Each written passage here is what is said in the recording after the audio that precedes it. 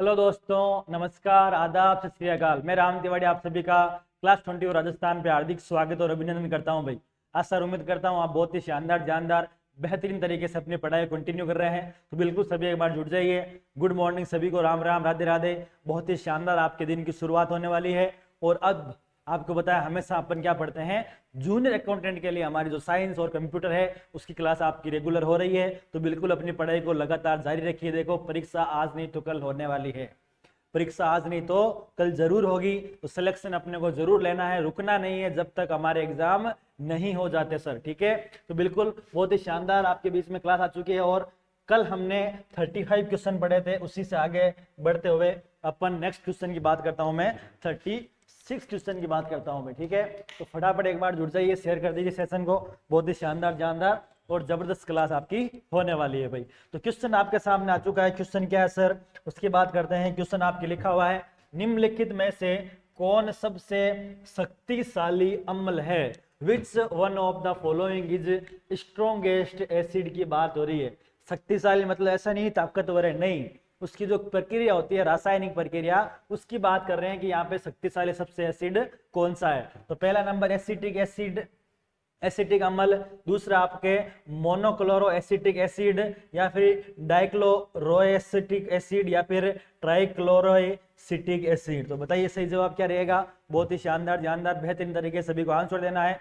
हम ज्यादा समय नहीं गंवाते हुए कम टाइम में जितने क्वेश्चन, मेरा फंडा आपको बताया क्या है, मैं आपको कम टाइम में ज्यादा क्वेश्चन करवाता हूं भाई। तो ये बिल्कुल अपना फंडा रहने वाला है हमेशा की तरह। तो सभी शानदार तरीके से जवाब देना है सभी को। बिल्कुल यहाँ पे सही जवाब क्या रहेगा, ऑप्शन नंबर डी रहने वाला है। बिल्कुल सही जवाब क्या रहेगा, ऑप्शन नंबर डी रहेगा सर। तो यहाँ पे जो सबसे स्ट्रॉन्गेस्ट की बात हो रही है, सबसे शक्तिशाली एसिड है, वो कौन सा है सर? वो आपके ट्राइक्लोरोएसिटिक एसिड है। बहुत शानदार भाई। अगला क्वेश्चन आपके सामने, शोक अवशोषक आमतौर पर स्टील से बने होते हैं क्योंकि यह भंगुर नहीं है, इसमें कम लोच है, या फिर उच्च लोच है, या फिर कोई उच्च लोच नहीं है। बताइए, आपको शोक अवशोषक होते हैं ना, वो आमतौर पर किससे बने होते हैं? स्टील से बने होते हैं। किससे बने होते हैं?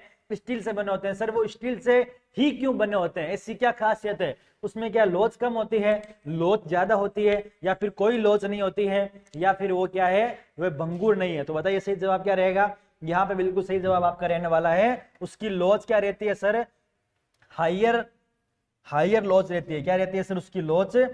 हाई इलेस्टिसिटी लॉच रहती है। क्लियर है सर? बिल्कुल क्लियर है। बहुत शानदार जानदार जबरदस्त बेहतरीन क्वेश्चन आपके बीच में आ चुका है। और मैं आपको बता दूं, इतने क्वेश्चन करवा दूंगा अगर आप ढंग से क्लासेस देखिए ना, तो जब तक जूनियर अकाउंटेंट का आपको पता है एग्जाम डेट फरवरी में दे रखी है अपने को, तो फरवरी तक इतने क्वेश्चन कर लेंगे कि भाई एग्जामिनर भी कंफ्यूज हो जाएगा कौन से क्वेश्चन दूं। और अपने सारे क्वेश्चन अगर ढंग से आप पढ़ते हो ना, तो आपको एक एक क्वेश्चन मैं विद प्रूफ के साथ जब एग्जाम होगा ना, तो आपको बताऊंगा एक एक क्वेश्चन अपनी क्लास से आया है। क्यों? अपन कुछ बाकी नहीं रखेंगे, टॉपिक वाइज मिक्स क्वेश्चन सब कुछ कर लेंगे। ठीक है, चलो नेक्स्ट क्वेश्चन की बात करता हूं। अगला क्वेश्चन है, समुद्र का पानी बारिश के पानी की तुलना में खारा है। समुद्र का जो पानी है ना, वो बारिश का पानी आपको पता है मीठा होता है, उसकी तुलना में समुद्र का पानी क्या है? खारा है। क्यों है? समुद्री जानवर नमक का उत्पादन कर रहे हैं क्या? समुद्र के चारों ओर की हवा क्या है? खारी है। और नदियां पृथ्वी से लवण को धोती है और उन्हें समुद्र में डालती है, या फिर समुद्री बेड में नमक उत्पादन खदाने हैं। तो बताइए सही जवाब क्या रहने वाला है। बताइए समुद्र का पानी है वो खारा क्यों है? बताइए सही जवाब क्या रहेगा। बताइए सही जवाब क्या रहेगा भाई। समुद्र के जानवर है वो नमक का उत्पादन थोड़ी कर रहे हैं। टाटा नमक, देश का नमक, वो वाली बात थोड़ी हो गई यहाँ पे। बताइए, आकांक्षा, रणवीर, बादल, सभी का आंसर आना चाहिए भाई। बताइए बताइए बताइए। चलो यहाँ पे सही जवाब क्या रहेगा आपका? यहाँ पे सही जवाब रहेगा बिल्कुल ऑप्शन नंबर सी। शानदार तरीके से आपका सही जवाब रहेगा। क्या होता है भाई, जो नदियां होती है ना, वो पृथ्वी से क्या करती है? लवण को धोती है और उन्हें समुद्र में डालती है।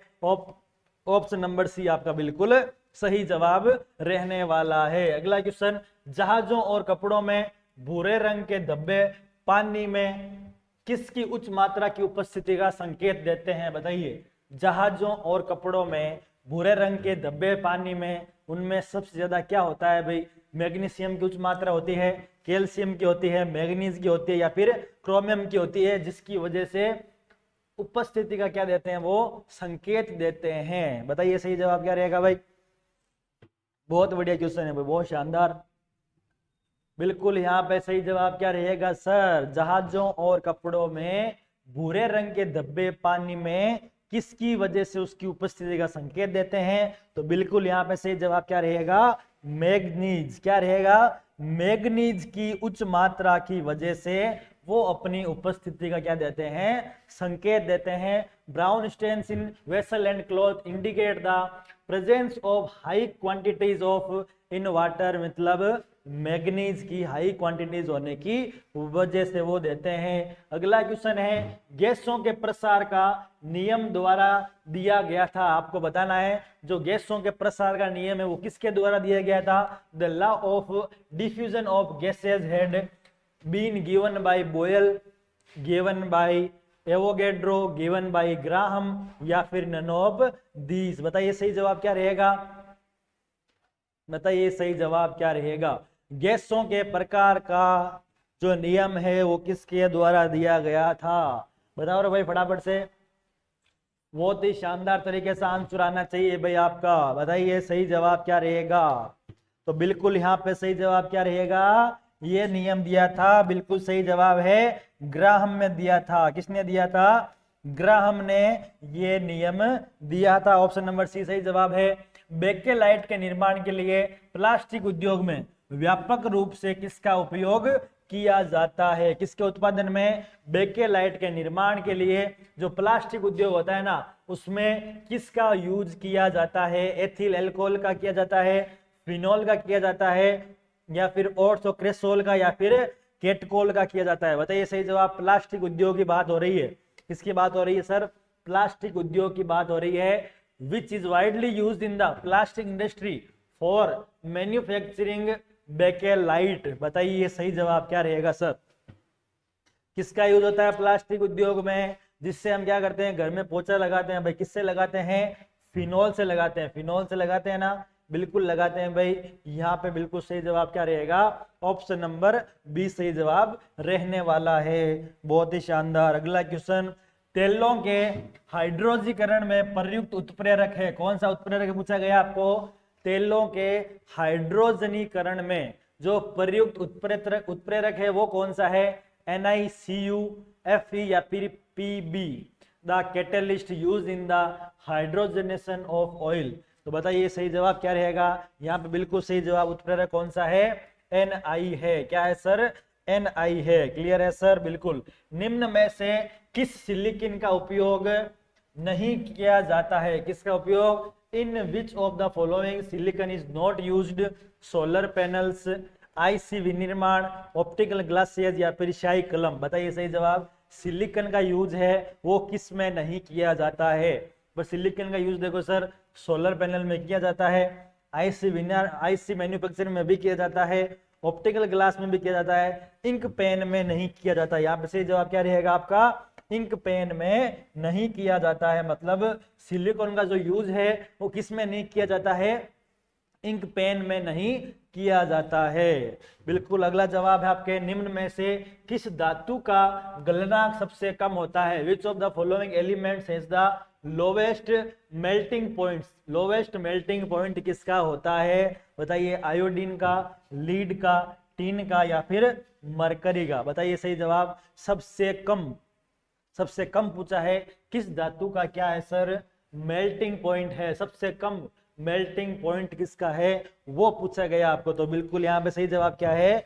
मरकरी। बिल्कुल सही जवाब है ऑप्शन नंबर डी। तो कमेंट करके मुझे ये बताइए आप, सबसे ज्यादा जो गलनांक है वो किसका होता है। बताइए सबसे ज्यादा किस धातु का क्या है, गलनांक होता है। अगला क्वेश्चन है, प्राकृतिक रबर का एक बहुलक है। Natural rubber is a polymer of isoprene, ethylene, styrene या फिर ब्यूटाडाइन। बताइए ब्यूटाडाइन का है, स्टायरीन का है, एथिलीन का है या फिर आइसोप्रेन का है। बताइए प्राकृतिक रबर का एक बहुलक है वो कौन सा है। तो यहाँ पे बिल्कुल बहुलक क्या रहेगा, आइसोप्रेन रहेगा भाई। क्या रहेगा, आइसोप्रेन है। किसका बहुलक है सर, प्राकृतिक रबर का बहुलक कौन है? आइसोप्रेन है। कौन है सर? आइसोप्रेन है। क्लियर है? बिल्कुल क्लियर है। अगला क्वेश्चन, सिलिकॉन क्या है बताइए। सिलिकॉन क्या है? वेरी इंपॉर्टेंट क्वेश्चन है, बहुत ही शानदार, डेफिनेटली एग्जाम में बन सकता है आपके। बताइए सिलिकॉन क्या है? एक सेमीकंडक्टर है, इंसुलेटर है, कंडक्टर है, या फिर इलेक्ट्रिक रेसिस्टेटर है? बताइए सही जवाब क्या रहेगा आपका कि हाँ सर सिलिकॉन क्या है। बताइए सिलिकॉन क्या है भाई। बिल्कुल शानदार, जानदार, जबरदस्त, बिल्कुल सभी का आंसर आना चाहिए। बताइए बताइए बताइए बताइए बताइए। हाँ जी भाई, यहाँ पे सही जवाब क्या आया भाई? सिलिकॉन आपको पता है क्या है? सेमीकंडक्टर है। हमारे जो मोबाइल है, लैपटॉप है, ठीक है, वहां पे आपको पता है जो यूज होती है वो चिप होती है ना, बिल्कुल। तो सिलिकॉन क्या है? एक सेमीकंडक्टर है भाई, ठीक है, सेमीकंडक्टर है, ठीक है। क्लियर है सर? बिल्कुल। आगे चलते हैं, अगला क्वेश्चन आपके सामने, निम्न में से किसका उपयोग सन ग्लासेज के लिए किया जाता है? सन ग्लासेज के लिए कौन से ग्लास का यूज किया जाता है? आपको बताया सन ग्लासेज पहनते हो, धूप में निकलते हो तो, ठीक है। रेबन का चश्मा है सर, ब्रांडेड, पहनते हो नहीं पहनते हो? आप बहुत पहनते हो मुझे पता है। तो बिल्कुल, तो बताना है सन ग्लासेज के लिए कौन से ग्लास का यूज किया जाता है? Crooks glass, Pyrex glass, crystal glass, या फिर इनमें से कोई नहीं? बताइए सन ग्लासेज में कौन से ग्लास का यूज किया जाता है? तो बिल्कुल सही जवाब आ चुका है। कौन से ग्लास का? क्रूक्स ग्लास का। कौन से ग्लास का? क्रूक्स ग्लास का यूज किया जाता है। अगला क्वेश्चन, कॉपर डिस्क में एक छेद होता है, क्या होता है सर? कॉपर डिस्क में क्या होता है? एक छेद होता है। यदि डिस्क को गर्म किया जाता है तो छेद के आकार होगा। बताइए, जो कॉपर की डिस्क होती है ना, उसमें क्या किया जाता है? एक छेद होता है। क्या होता है उसमें? एक छेद होता है। और अगर उस डिस्क को क्या किया जाए? गर्म किया जाता है, तो उस छेद का क्या होगा? वो छेद बढ़ेगा, घटेगा, कोई परिवर्तन नहीं होगा, या फिर पहले बढ़ता है फिर घटता है? बताइए सही जवाब क्या रहेगा? किसकी बात हो रही है सर? कॉपर डिस्क की बात हो रही है। उसको क्या किया जाता है? गर्म किया जाता है, तो छेद क्या होता है सर? वो बढ़ जाता है। क्या होता है? इंक्रीज हो जाता है। बिल्कुल सही जवाब है, कॉपर डिस्क में छेद होता है। अगर उसको गर्म किया जाता है, किसको? डिस्क को गर्म किया जाता है, तो जो छेद है ना, छेद का जो आकार है ना, वो क्या कर जाता है? बढ़ जाता है। क्या बढ़ जाता है भाई? उस छेद का आकार बढ़ जाता है भाई। अगला क्वेश्चन है, कार में एक स्पीडोमीटर होता है जो क्या मापता है? कार में क्या होता है? एक स्पीडोमीटर होता है, वो क्या मापता है? औसत वेग मापता है, तात्कालिक वेग, माध्य वेग, या फिर त्वरण? बताइए सही जवाब क्या रहेगा? कार में आपको पता है स्पीडोमीटर होता है, बिल्कुल होता है सर। तो बताइए वो क्या मापता है? एवरेज वेलोसिटी, इंस्टेंट वेलोसिटी, या फिर मीन वेलोसिटी, या फिर एक्सेलरेशन? तो यहाँ पे सही जवाब क्या रहेगा? तत्कालिक वेग है वो मापता है।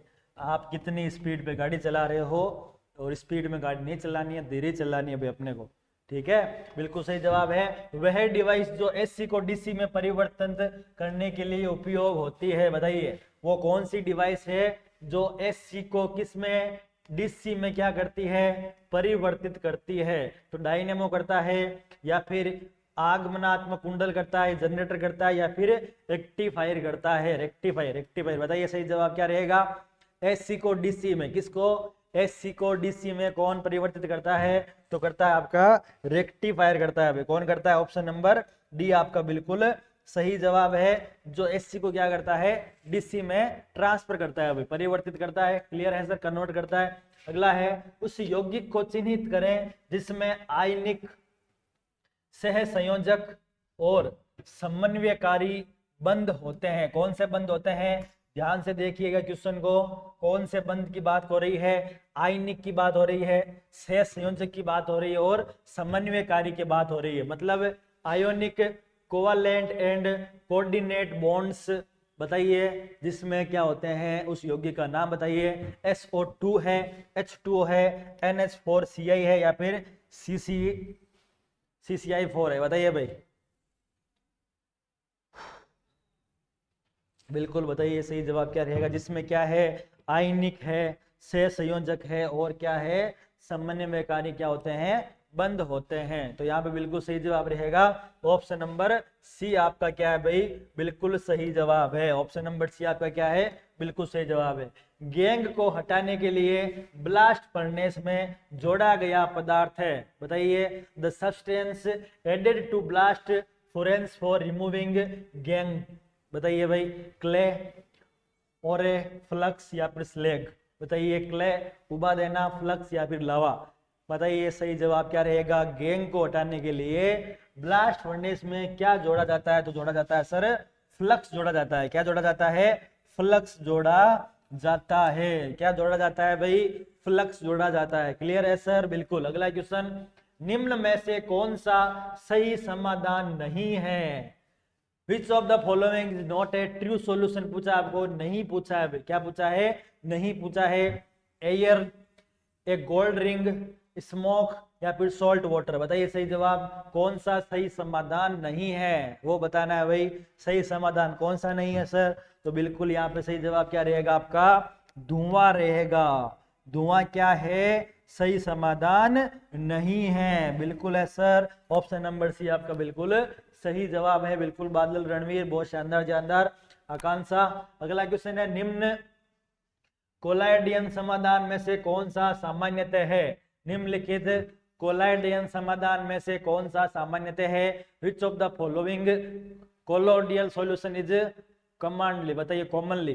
तो बताइए सही जवाब क्या रहेगा, कोलाइडल सल्फर रहेगा, कोलाइडियन सोना रहेगा, कोलाइडियन चांदी रहेगी या फिर कोलाइडल सुरमा रहेगा। बताइए सही जवाब कौन सा जो समाधान है वो सामान्यतः है।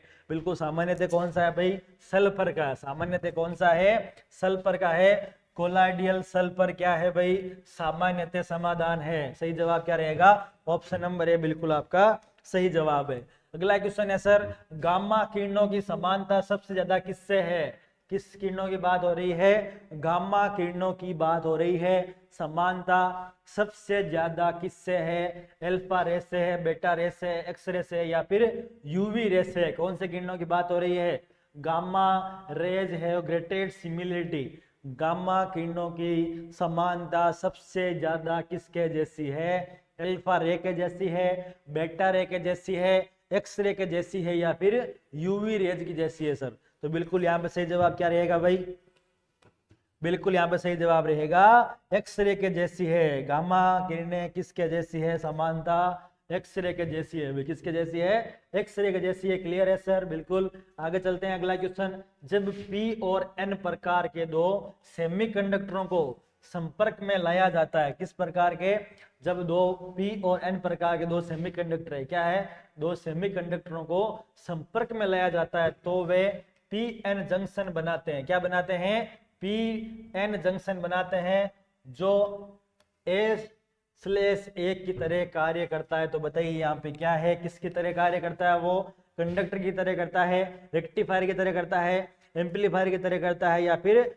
ऑक्सीलेटर की तरह करता है। बताइए सही जवाब क्या रहेगा। जब पी और एन प्रकार के दो सेमीकंडक्टर क्या लाया, संपर्क में लाया, ठीक है, तो वो क्या बनाते हैं, P-N क्या बनाते हैं, जंक्शन बनाते हैं जो A/A की तरह कार्य करता है। तो बताइए किसकी तरह कार्य करता है, तो बिल्कुल वो कार्य करता है सर रेक्टिफायर की तरह। किसकी तरह कार्य करता है, वो रेक्टिफायर की तरह कार्य करता है। ऑप्शन नंबर बी आपका बिल्कुल सही जवाब है भाई। ऑप्शन नंबर बी क्या आपका बिल्कुल सही जवाब है। क्लियर है। अगला क्वेश्चन आपके सामने, सोनार किस सिद्धांत पर आधारित है। Sonar is based on the principle of echo, अनुवाद, प्रतिध्वनि या फिर इनमें से कोई नहीं। बताइए जो सोनार है ना वो किस सिद्धांत पर आधारित है। सिद्धांत पूछा है भाई आपको, तो किसके ऊपर आधारित है, वो इको पर आधारित है भाई। किसके ऊपर आधारित है, इको के ऊपर आधारित है। अगला क्वेश्चन है, इलेक्ट्रिक चार्ज की एसआई यूनिट क्या होती है। SI unit of electric charge, बताइए एम्पेयर होती है या फिर कोलम्ब होती है, ईएसयू होती है या फिर केल्विन होती है। किसकी बात हो रही है, एसआई यूनिट की बात हो रही है। किसकी, इलेक्ट्रिक चार्ज की बात हो रही है। एसआई यूनिट क्या होती है, बताइए सही जवाब क्या रहेगा। इलेक्ट्रिक चार्ज की एसआई यूनिट क्या होती है सर, तो बिल्कुल क्या होती है, कोलम्ब होती है भाई। क्या होती है, कोलम्ब होती है। एसआई यूनिट किसकी, इलेक्ट्रिक चार्ज की बात हो रही है। किसकी बात हो रही है, इलेक्ट्रिक चार्ज की बात हो रही है भाई। अगला क्वेश्चन है आपके सामने, कौन सा हार्मोन पत्तियों में बनता है, कौन सा हार्मोन पत्तियों में बनता है और फूलों के खिलने में मदद करता है। वाह भाई, बहुत शानदार क्वेश्चन है, बहुत बेहतरीन क्वेश्चन आपके बीच में आ चुका है। बिल्कुल सभी क्वेश्चन शानदार है। तो ये भी क्वेश्चन देखो, which hormone is form in leave and help in the blooming of the flower. कौन सा हार्मोन पत्तियों में बनता है और फूलों के खिलने में मदद करता है, तो बताइए। घाव, ऑक्सिन, फ्लोरिजेंस या फिर इनमें से कोई नहीं, बताइए। ट्रोमेटिक, ऑक्सिन, फ्लोरिजेंस या फिर नन ऑफ दीज। फूलों के खिलने में मदद करता है और जो बनता कहां पर है, पत्तियों में बनता है। कहां बनता है, पत्तियों में बनता है। तो बिल्कुल सही जवाब देना आप सभी को। ऐसे क्वेश्चन एग्जाम में पूछे जाते हैं भाई।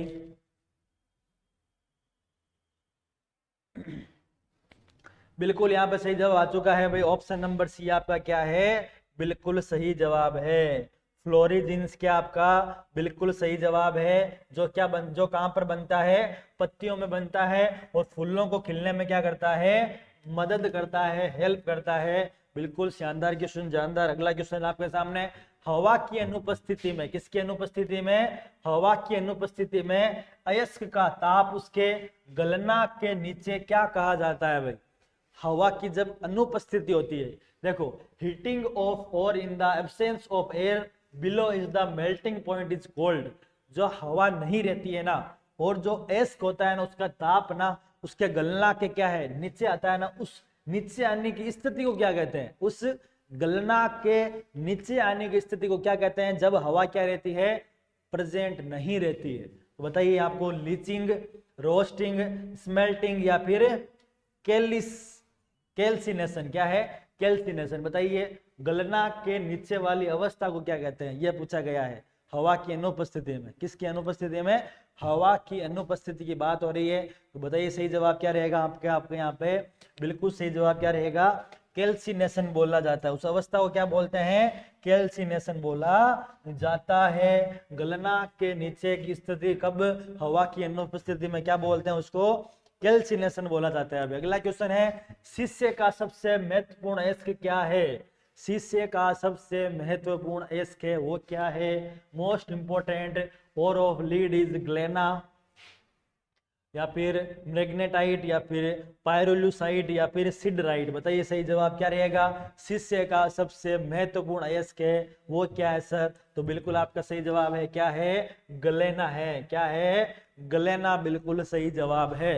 क्या है सर, बिल्कुल सही जवाब गलेना बिल्कुल सही जवाब है। अगला है, निम्न विकिरणों में से किसमें सबसे कम क्या है, तरंग दैर्घ्य है। क्या है, which of the following radiation has the least wavelength. क्या पूछा है, लीस्ट वेवलेंथ पूछी गई है। सबसे कम की बात हो रही है, किसमें है, एक्स रेंज में है, अल्फा रेंज में है, गामा रेंज में या फिर बेटा रेंज में। बताइए सही जवाब। सबसे कम, सबसे कम क्या पूछी है, वेवलेंथ पूछी है, वो किसके अंतर्गत है बताइए। यहाँ पे बिल्कुल सही जवाब क्या रहेगा, चारों में से सही जवाब आपका रहेगा गामा रेज में क्या होती है, सबसे कम क्या होती है सर, सबसे कम वेवलेंथ होती है। किसमें होती है, गामा रेज में होती है भाई। ठीक है, चलो आगे देखते हैं। अगला क्वेश्चन क्या है, अगला क्वेश्चन है, एक आदर्श गैस वह है जो पालन करता है। क्या पालन करता है, गैस लो करता है या फिर बॉयल के नियम पे करता है, चार्ल्स लो करता है या फिर एवोगैड्रो लो करता है। बताइए, एवोगाड्रो लो, चार्ल्स लो, बॉयल्स लो या फिर गैस लो। आदर्श गैस की बात हो रही है, आइडियल गैस की बात हो रही है। किसकी बात हो रही है, आइडियल गैस कौन सी है, वो किसका पालन करती है, वो क्या है, आइडियल गैस है। तो यहाँ पे किसकी बात हो रही है, यहाँ पे गैस लॉ की बात हो रही है, गैस कानून की बात हो रही है। क्लियर है सर, ऑप्शन नंबर आपका बिल्कुल सही जवाब है। अगला क्वेश्चन है, सुपर कूलिंग का मतलब तरल को किस पर ठंडा करना है। सुपर कूलिंग की बात हो रही है, stand for cooling is a liquid. किसकी बात हो रही है, हिमांक पर करना है, एट मेल्टिंग पॉइंट पे करना है, बिलो फ्रीजिंग पॉइंट पे करना है या फिर अबोव मेल्टिंग पॉइंट करना है। बताइए सही जवाब। सुपर कूलिंग का मतलब क्या होता है, सुपर कूलिंग का मतलब क्या होता है वो बताइए कि हाँ कहाँ पर ठंडा किया जा रहा है, एट फ्रीजिंग पॉइंट पे, एट मेल्टिंग पॉइंट पे, बिलो फ्रीजिंग पॉइंट पे या फिर अबोव मेल्टिंग पॉइंट के ऊपर। उसको क्या कहते हैं, सुपर कूलिंग कहते हैं। तो यहाँ पे सुपर कूलिंग कहाँ किया जाता है, ये किया जाता है आपके बिलो फ्रीजिंग पॉइंट के ऊपर किया जाता है तो वो क्या है, सुपर कूलिंग है। वो क्या है सर, सुपर कूलिंग कहलाती है, जो बिलो फ्रीजिंग पॉइंट के नीचे होती है। अगला क्वेश्चन, निम्न में से कौन सा एक प्राकृतिक पॉलीमर है, क्या है, निम्न में से कौन सा एक प्राकृतिक पॉलीमर है, क्या है सर, प्राकृतिक पॉलीमर है, वो बताना है। बेकेलाइट, सेलुलोज, पीवीसी या फिर नाइलॉन। बताइए सही जवाब क्या रहेगा आपका, कि हाँ सर प्राकृतिक पॉलीमर कौन सा है, कौन सा है बताइए, प्राकृतिक पॉलीमर कौन सा है, बिल्कुल यहाँ पे कौन सा है, सेलुलोज है, जो क्या है, प्राकृतिक क्या है, पॉलीमर है, प्राकृतिक पॉलीमर है, कौन सा है, सेलुलोज है भाई, कौन सा है, सेलुलोज। अगला क्वेश्चन है, प्राकृतिक गैस का प्रमुख घटक बताना है, is the major component of natural gas. बताइए सही जवाब क्या रहेगा आपका, एसीटोन, मीथेन, क्लोरीन या फिर हेक्सेन। बताइए सही जवाब क्या रहेगा, कि हाँ सर ये क्या है, प्राकृतिक गैस का प्रमुख घटक है, तो कौन सा है, मीथेन है भाई, कौन सा है, सही जवाब क्या रहेगा आपका, मीथेन रहेगा। मीथेन क्या है, नेचुरल गैस का क्या है, मेजर कंपोनेंट है। अगला क्वेश्चन देखिए, दो और रसायनों द्वारा उत्पादित प्रभाव या प्रतिक्रिया उप प्रभाव या प्रतिक्रिया के उपभाग से कम होती है, जिसे रासायनिक रूप से व्यक्तिगत रूप से क्या माना जाता है,